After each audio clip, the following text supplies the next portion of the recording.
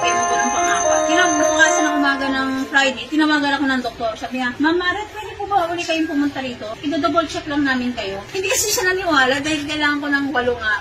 Hindi, pinahiga niya uli ako. Lahat. Wala po kulani, wala. As in, wala. Ma'am, sabi niya, okay na po kayo. Ano po nangyari? Eh di wala na, tapos na kayo. Eh sabi niyo po 8. Nagpagtalo pa ako kasi gusto ko tapusin yung Oo, 8. Hindi ako magpalagay. Kasi gusto ko talaga na maklear ko talagang wala. Ibig sabihin, ma'am, yung Optijuice lang po yung nakatulong sa inyo? Ito lang po talaga ang malaking tulong sa akin. Talagang ito lang. Grabe, kinikilabutan ako. Ako rin.